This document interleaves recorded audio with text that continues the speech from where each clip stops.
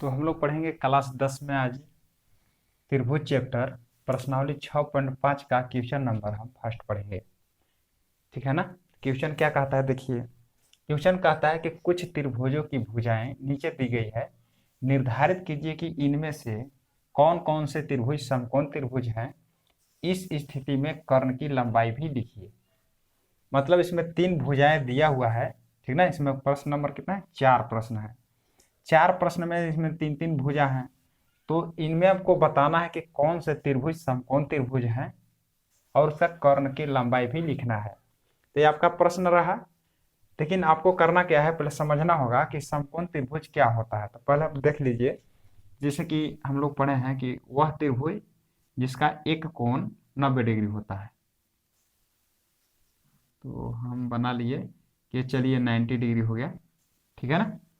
तो इस त्रिभुज हम बना लिए जिसमें एक 90 डिग्री होगा, तो इसको हम बोलते हैं समकोण त्रिभुज।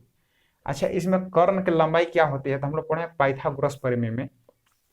तो पाइथागोरस प्रमेय में क्या पढ़े हैं कि जो 90 डिग्री के सामने होते हैं ये कर्ण होते हैं, और ये लंब होते हैं, और ये आधार होते हैं।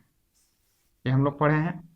तो पाइथागोरस प्रमेय में हम लोग पढ़े हैं कि कर्ण का जो वर्ग होता है, कर्ण का जो वर्ग होगा, इसका वर्ग जो होगा, ये दोनों जो भुजा है इनके वर्ग के योग के बराबर होता है। मतलब इनके जो लंब जो होंगे, लंब का वर्ग और आधार का वर्ग, आधार का वर्ग के बराबर होते हैं। तो हम लोग देखिए, कर्ण तो ऐसे पहचाने के तीनों भुजा में जो जो सबसे बड़ी भुजा होते हैं उसको हम बोलते हैं कर्ण। ठीक है, समझ में आ गया होगा। अब पाइथागोरस प्रमेय में हम लोग पढ़े हैं कि जो कर्ण का जो वर्ग होता है, कर्ण का जो बड़ा सबसे जो भुजा होता है वो कर्ण होता है। कर्ण का जो वर्ग होता है ये बाकी दो भुजाओं के वर्गों के योग के बराबर होता है। अगर ये दोनों कैटेगरी पूरा करें, मतलब इसका जो वर्ग का योग होगा, इसका वर्ग और ये दोनों का वर्गों का योग, यानी दोनों बराबर होंगे, तो हम समझते हैं कि वह पाइथागोरस प्रमेय है, मतलब लग जाएगा। और हम समझेंगे त्रिभुज समकोण त्रिभुज होगा। कैसे, जैसे कि मान के चलिए कि ये आधार मान के चलिए 3 दिया हुआ है भुजा, ये 4 दिया हुआ है, और कर्ण मान के चलिए कि 5 दिया हुआ है। तो हम क्या बताएं कि कर्ण का जो वर्ग होगा, यानी कर्ण इसमें कौन है, ये वाला बड़ा वाला, इसका जो वर्ग होगा, ये लंब है। अच्छा, लंब आधार आप मान सकते हैं, इसमें नहीं दिया है कौन लंब कौन आधार, ठीक ना। तो लंब का वर्ग मान के चलिए, लंब 4 मान ली तो 4 का वर्ग हो गया, और आधार क्या है, 3 है, 3 का वर्ग हो गया। 5 का वर्ग होगा, 5 5 गुना 5 करेंगे तो 25, 4 का वर्ग होगा, 4 गुना 4 करेंगे तो 16, और 3 का वर्ग होगा, 3 गुना 3 करेंगे तो 9। तो 25 बराबर 16, 9 कितना हुआ, 25। यानी हम क्या बताए थे कि जो कर्ण का वर्ग होता है बाकी बचे दो भुजाओं का वर्गों का योग के बराबर होता है। तो देखिए दोनों का दोनों बराबर आ गया।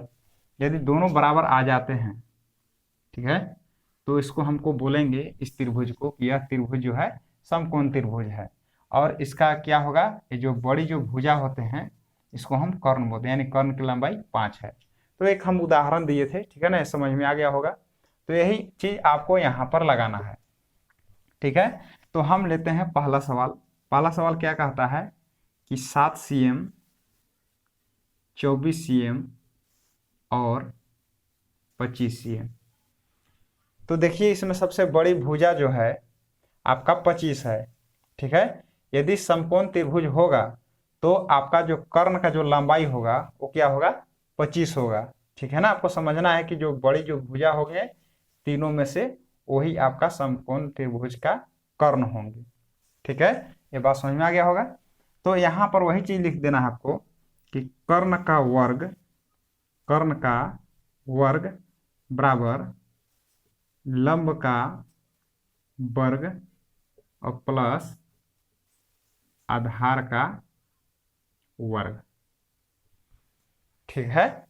यदि समकोण त्रिभुज होंगे तो इनका वर्गों का योग और इसका वर्ग दोनों के दोनों क्या होंगे, बराबर हो जाएंगे, ठीक है ना। तो हम चलिए कर्ण किसको मान लेते हैं, जो तीनों में से बड़ी भुजा है वही कर्ण होंगे। तो चलिए 25 है,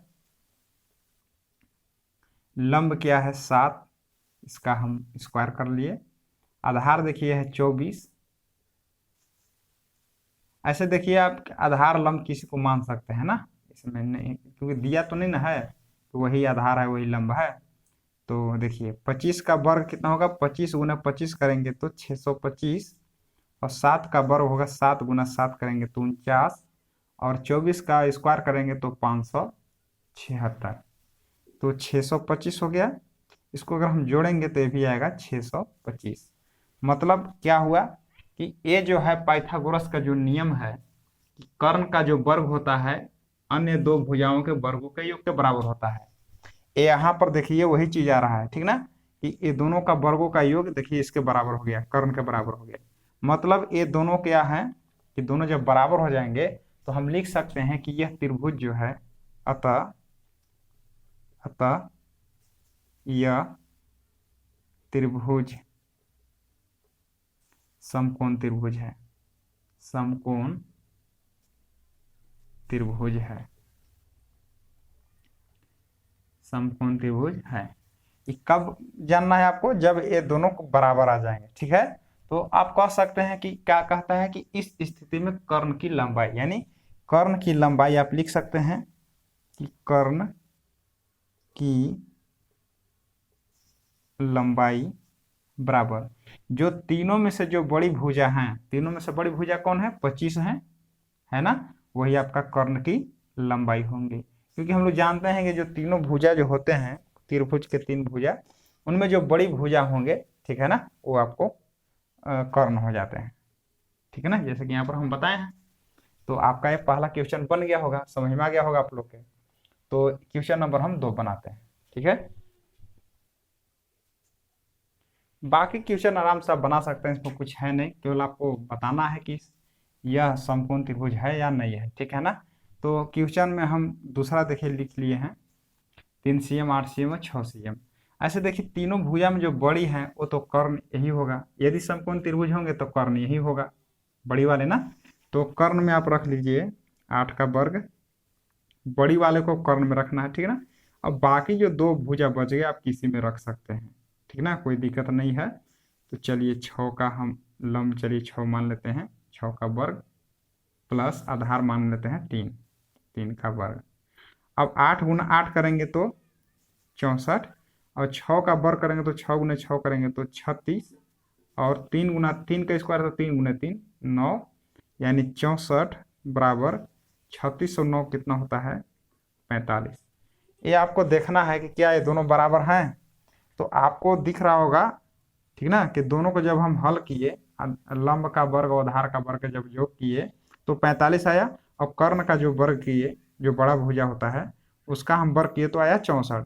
ये दोनों के दोनों बराबर नहीं है, तो आप बराबर नहीं है कि चिन्ह ऐसे लगा सकते हैं, यानी 64 बराबर नहीं है 45 के, दोनों बराबर नहीं ना है। तो अतः यह त्रिभुज समकोण त्रिभुज, यहाँ पर लिख देना आपको नहीं है, नहीं है। तो इसमें आपको कर्ण की लंबाई आपको नहीं लिखना है, ठीक ना, कर्ण की लंबाई आपका नहीं होगा। जब यह समकोण त्रिभुज होगा इस स्थिति में आपको कर्ण की लंबाई लिखना है, ठीक है। तो ये आपको प्रश्न अच्छी तरह समझ में आ गया होगा। उसी प्रकार आप तीसरा बना सकते हैं, देखिए तीसरा आप बना भी सकते हैं, आप इसको मतलब बना कर देखिए, नहीं बनेगा तो आप देख लीजिएगा, ठीक है ना। देखिए तीसरा क्या कहता है, देखिए 50 cm 80 cm है और 100 cm है। आप उसी प्रकार से बनाइए, बनाकर देखिए। देखिए सबसे जो बड़ी भुजा है 100 है, इसको कर्ण ले लीजिए, इसका वर्ग कर लेंगे। लंब आप किसी आधार के लंब किसी को मान सकते हैं, लंब हम 50 लिख लिए और आधार को हम 80 मान लिए। अब इसको 100 गुना 100 करेंगे तो आएगा, एक पर 4 जीरो हो जाएंगे। 50 गुना 50 करेंगे, 50 का वर्ग होगा ना, 50 गुना 50 तो कितना होगा, तो 5 गुना 5 करेंगे तो 25, इस पर डबल जीरो हो जाएंगे 2500। 8 गुना 8 करेंगे तो हो जाएगा 64 पर डबल जीरो, यानी 80 गुना 80 करेंगे तो 6400, और 50 गुना 50 करेंगे तो 2500। ये होगा 10,000। अब जोड़िए 0 0 5 4 9 और 6 2 8। देखिए जो दूसरा क्वेश्चन बनाए थे वो बहुत तीसरा क्वेश्चन है। ये भी देखिए जो है 10,000 और ये आया 8900।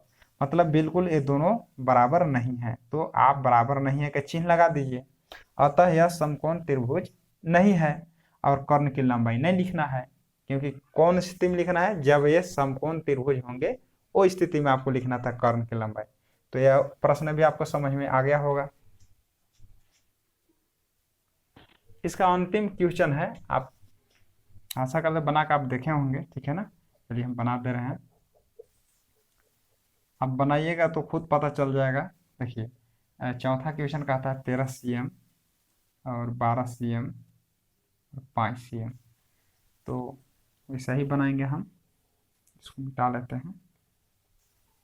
अब देखिए जो तीनों में से जो बड़ा भुजा है वो आपका कर्ण हो जाएंगे। तो बड़ा भुजा कितना है 13, एक कर्ण हो गए, 13 का स्क्वायर बन जाएंगे। अब बाकी दो भुजा को आप लिख लीजिए। तो चलिए लंब को हम 12 ले लेते हैं, आधार को 5 ले लेते हैं। चलिए 13 गुना 13 कीजिएगा तो 169 आता है।